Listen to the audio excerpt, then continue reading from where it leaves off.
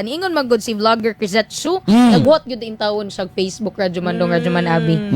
Para maka-apil aning ato ang kasamo karon pagkabitaw ni ana si Crisetsu to PBBM, wala kang friend. Giingnan niya sa PBBM. Giingnan niya. Wala Dili kang ka friend. parehas ni PRRD. Oo.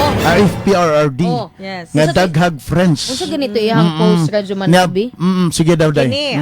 Kini ang caption siya, wala kang friend. You will never be loved like this, BBM. Wala kang friend. Si Vic Rodriguez sana, kaya lang pati siya tinalo mo. So wala. Pag nakulong ka, Bitaw. wala kang friend. Tinuod Walang na. dadamay sa'yo kasi you do not know the first thing about loyalty and integrity. Tinuod na.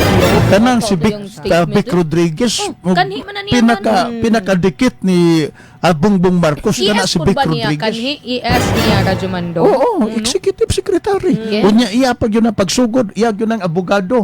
Unya sadya nga kanana ang nag-sud sila sa politika. Yes. Mao na iya nga kinin ang campaign manager.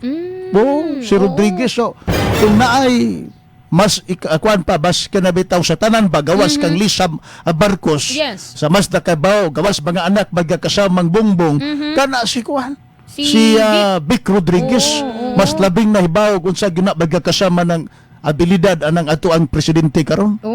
Kana, di ba? Karon kay gi-compare ni gawas man gud ning mga photos karon Radyo Mando Radyo Manabi ni ES o kanhi ES Salvador Medialdea ug FPRRD nga wala gyud nila gibiyaan ba. Yes. Bitaw. Katong na ospital daw na si ES Medialdea nga gi kuan pa og ni kuan ni FPRRD samtang nakasakay siya sa wheelchair.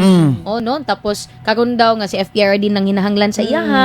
Uy nga na pud ba sa tinuod nga kinabuhi nga wait lang maka-assess man pud ta anig naabot ay tinuod na Bitaw. friends pangutan-on ako ni sila niya tinuod ay Maka ba ta ingon ba sa tag makakanta ba ka tag nga if I only if I have only one friend left, I want it to be you.